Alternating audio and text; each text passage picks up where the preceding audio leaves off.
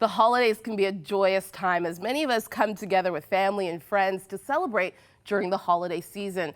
But how about those who have suffered loss? Christmas can sometimes be one of the loneliest times. Andrew Blackwood is an individual, couple, and family coach, and he's going to give us some tips on how to deal with grief during the Christmas season. Welcome back, Andrew. Thanks, Maggie. Always great to have you here. Yeah, I mean, grief is something that is year-round, right? It's not Definitely. respective of a certain time or season. So how do you deal with grief during the Christmas season? The reality is, like you said, it's year-round, but it's also so different for so many people for so many reasons. I mean, you could lose one person, you could lose a distant family member, might have lost your whole family, might have lost your pet, your best friend. So grief is going to be different for every person. So it's important to recognize how it impacts you, what it means to you.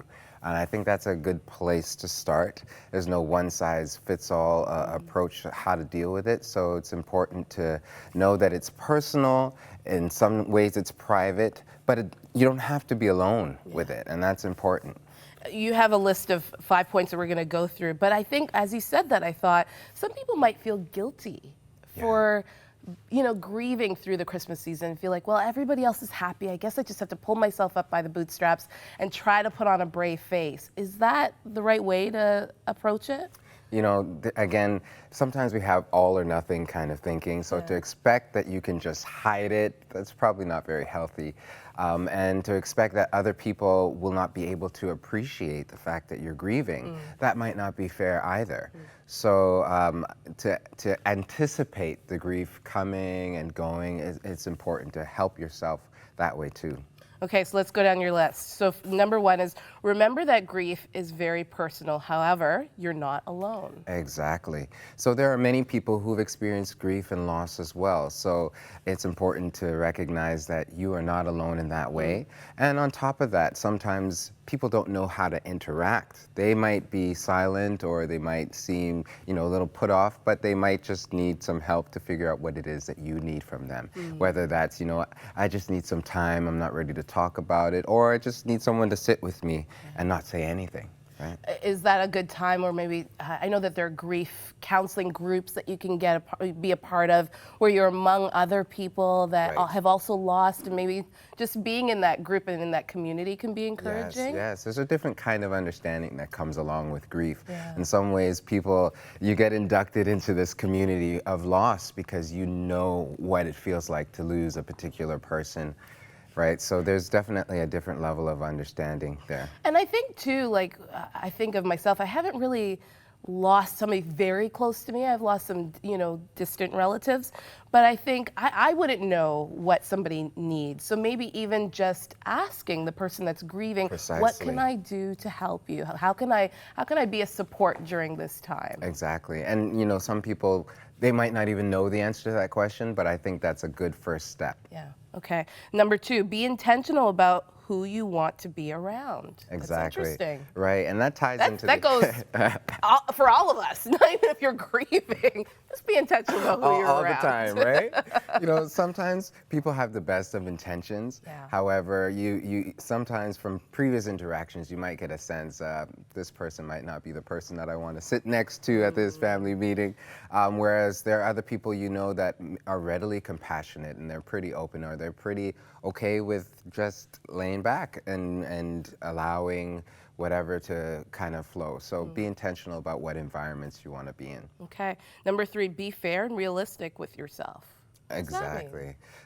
Like I was saying earlier, grief is going to be different for everyone. I mean, some people expect after 3 months or after a year that they won't feel the intensity that they felt.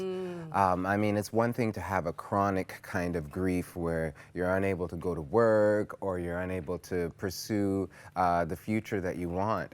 However, to expect that you won't experience pain, or when you find memories, that you won't feel any kind of pain or remember anything, that's unrealistic. My perspective on it is that, if this person was really significant to you, the pain's going to be just as significant. And although time doesn't just erase the pain, I think on some level we learn to deal with it. We learn to tolerate it better. And the one more thing that I would say is I see the grief and the pain as a symbol, a way to honor the fact that the person meant so much to you. Yeah, that's a So good if point. they were really significant, the loss and the pain is going to be significant too. So we can remember people in that way and be fair to ourselves that way too. That's a good point because I think, yeah, sometimes it's something you just want to get rid of. You just want to get through the grieving process. Right. But just honoring the person and remembering just how much they played a role in your life is so Precisely. important, especially during the Christmas season while you're together with all of your family or friends, remembering that person Exactly. and actually celebrating that person Yeah. as well. Yeah. Yeah. Okay. Number 4, reflect intentionally. That ties right in there. Yeah. Some people aren't aware of when or how to do that. So getting a good sense of, that timing of that loss and finding ways and even people in your family to kind of connect with around that. So if it was someone who you lost who was a significant part of the family and they had some traditions, they might have made a particular menu on the item on the menu. Yeah. That's something that you might want to keep going in a tradition. So to remember them, or even having a moment where people would say, okay, you know what, we remember this, or you have a moment where, people might cry, but that's okay. That's a part of life. Again, that person was significant. So finding ways to bring that person in. And last, be aware of when to seek support. Precisely. This time of year is pretty difficult for a number of people, whether it's because of loss or because of the weather, the lack of the sun. So if you're experiencing significant dips in your mood and you're having trouble with thoughts, particularly thoughts of hurting yourself, that's a good time to make sure that you are around positive people or even seeking formal support. And maybe even share those thoughts or those concerns with somebody else so that you can have somebody just somebody to kind of keep check with you and For just sure, check in certainly. and make sure you're okay. And again, that comes back to some other tips that we talked about. Being sure to get in the sunlight, being sure to be around people where possible.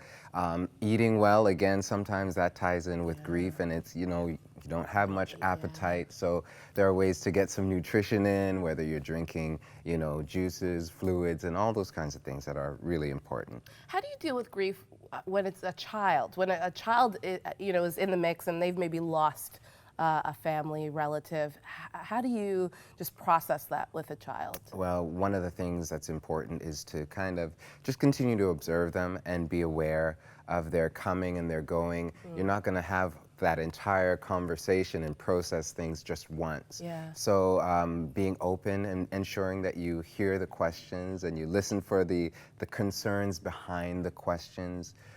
Some things that we talked about before are using specific words like die and death to help them really start to tolerate the reality of what has happened.